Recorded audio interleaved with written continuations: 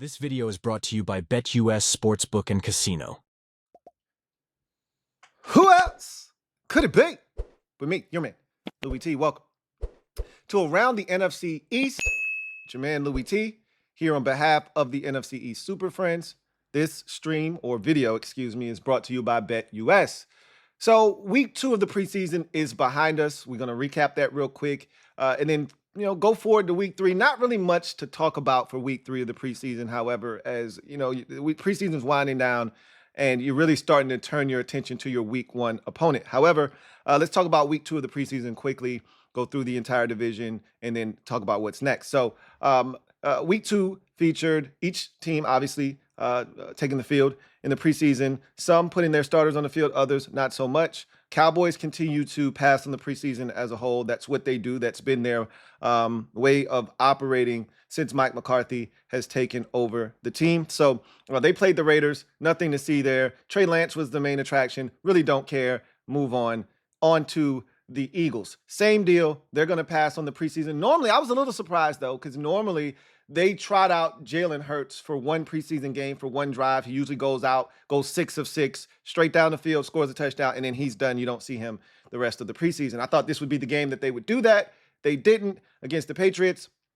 I will say that Kenny Pickett continues to be a check down wizard, and Tanner McKee looks like your second best quarterback. Are you not just a little alarmed that your second best quarterback might be Tanner McGee?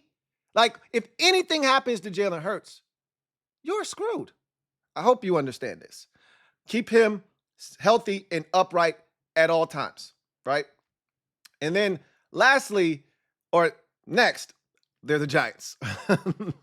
I should save them for last. Let's talk about the Commanders quickly. They took on the Miami Dolphins.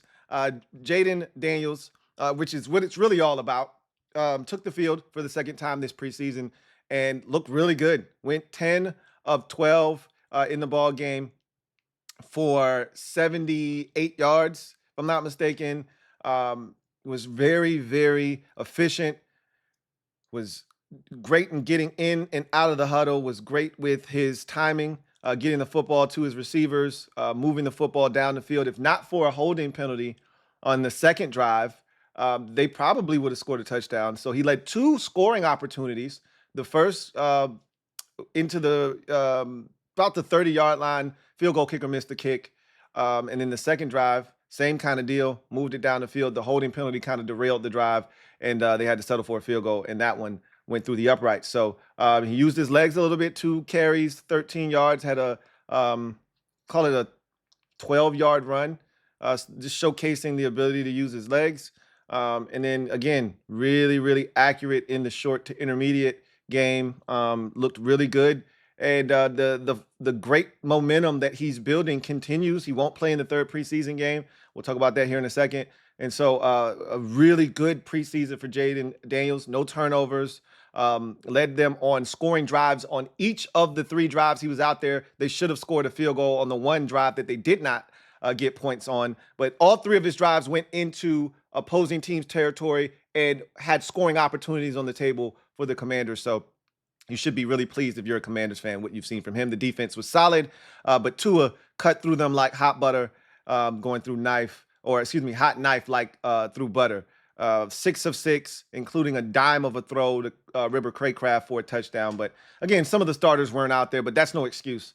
Some of the Dolphin starters weren't out there, and he still went right down the field and made it look easy. So that was a little bit concerning, though, but I'm not tripping about it too much.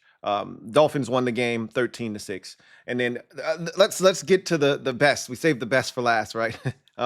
Before we get to them, let's get a word from our sponsor of this video, BetUs. Michael Vick at BetUs.com. Catch an incredible 125% sign-up bonus on your first 3 deposits, plus 10% gambler's insurance. BetUs, my online sportsbook and casino.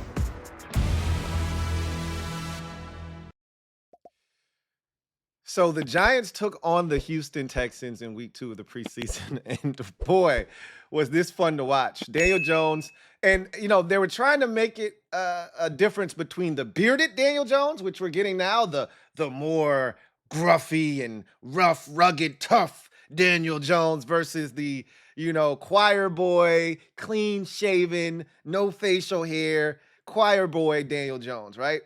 This one was supposed to be edgy and tough and much better. And it's the same. So Texas put a little pressure on him down inside the 5-yard line, his own 5-yard line. And they should have sacked him for a safety. He panics. Instead of throwing it away or throwing it at the feet of his receiver, he throws it right to a Texans defender for a pick six, doing the same shit he was doing when he was a young puppy in the game. After this man has been paid, $140 whatever million or whatever the contract was, he's still doing the same shit he was doing when he was a young pup in the game, right? Some guys just never change. Throws a deep ball down the sideline. Now, I will say in his defense, his first deep ball of the game, I think he threw it to Malik Neighbors down the sideline. Should have been caught. It was a dime of a throw. Then the second throw down the field was picked off by Derek Stingley Jr. Great play by Derek Stingley Jr., but that ball was underthrown. It should have been further up the field. His receiver would have had a chance, but typical Daniel Jones, right? Making mistakes. 2 picks, a pick six. Now, he did redeem himself on his final drive of the game, throwing a dime to Darius Slayton down to the 1-yard line, and then Singletary got in the end zone afterwards. But that was against the Texans' twos. At that point, they had taken out all their ones. They had done enough damage. They didn't need to still be in the game. So he got his rocks off on the Texans' backups. Good for him. He was so poor in this game that Giants head coach Brian Daboll is considering playing his starters in week 3 of the preseason. I think he's going to go against his better judgment, and he's going to sit them in this game. They probably should play. They were awful, but the offensive line, it wasn't terrible, but one of their running plays got blown up for like a 4-yard loss, right? The offensive line was solid. It wasn't great. He should have been sacked down inside the 5. Maybe he held on to it too long on that particular play, but still, there was a guy in his face, and that's what prompted him to panic and throw the pick six. So they still got work to do. The defense was solid, but they got to stop on 4th down, but the Texans moved it right down the field, right? But they did get the stop inside the red zone and forced a turnover on downs, did the Giants defensively. And then they had after the interception, the Texans were backed all the way up on their own 1-yard line, and CJ Stroud had all day to throw. Like, where's this vaunted pass rush, right? This is the time to get to him.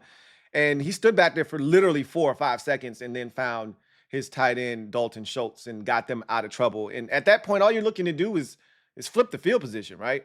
And on that particular play, they gained about 25 to 30 yards, and that's all they needed. You flipped the field position at that point. So anyway, the Giants didn't look all that hot, and it led people to say, well, the Giants are going to be one of the worst teams of football. I don't believe that to be the case, but that wasn't a good start. I will say that. So now we move forward to week 3 of the preseason, and obviously there was a big move in the NFC East. The Washington Commanders traded wide receiver Jahan Dotson to the Philadelphia Eagles, which sent shockwaves through the entire division. Obviously, we'll talk more about that when the NFC East Super Friends get together. There'll be, videos up on the channel talking about it. There's videos up on my channel. I'm pretty sure on Lord BRUNSON'S channel. So there's plenty of content surrounding that move. But, you'll hear from us sometime next week talking specifically about that, among other topics, making our season predictions, all of that good stuff. So be on the lookout for that come next week. Either be Tuesday or Wednesday that we will get together live. We'll have someone representing the Dallas Cowboys, and we'll be up to our normal shenanigans as you've come to know and love. So with that said, each team will be in action one final time in the preseason. The Commanders will be wrapping up the preseason for the entire NFL. They'll be the very last game on Sunday Night Football, 8 o'clock against the Patriots. So you'll probably see Drake May. They haven't named a starter yet in New England, so the likelihood is they'll play both of those guys. So that's going to give you a reason to watch if you're a football fan. The Commanders will not be playing Jaden Daniels. None of their starters will be in that game. So it won't be one of those games where you can kind of see what the Commanders have, because they won't be playing anyone. And you could pretty much probably make that same assumption for everyone across the division except for the Giants. The Eagles won't be playing their starters. I don't expect them to in their final game. I think they're playing the Vikings, if I'm not mistaken. I don't anticipate them playing their starters in that game. The Giants are playing the Jets. They could play their starters, being that they weren't. Brian Daboll was not impressed with Daniel Jones and the way the first team offense looked. But I think he's going to ultimately say, you know what, I'm not going to do it. And he's, I think he's going to sit those guys down. But knowing Brian Daboll too, at the same time, he's an asshole. And if he's not happy, he might put their asses out there just to prove a point. Like, no, this shit is not good enough. So that's worth watching. We'll probably know that game's on Saturday.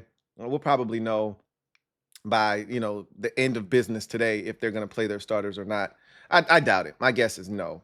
And then Dallas is playing the Chargers, and we know the Cowboys don't play anybody in the preseason. So look for CeeDee Lamb's contract to get done next week, and everything is all right in Jerry's world as we get closer to the start of the regular season. So that's how I anticipate everything going in the rest of the division for the final preseason game of the season. I'm assuming all of the rosters in the division have maybe 3 or 4 spots at the back end of the roster that players are jockeying for, and that this third preseason game may help determine who makes what, right? Practice squad, 53-man roster, get cut all together, et cetera, et cetera. So we'll be on the lookout. We'll be checking out everybody's team and what they're doing, and ultimately seeing what everyone's roster looks like. But that's going to do it for me, your man Louie Tee, here on this installment of Around the NFC East. I look forward to chopping it up with you guys next time. Until then, you guys have a good one. Take care. See you next time.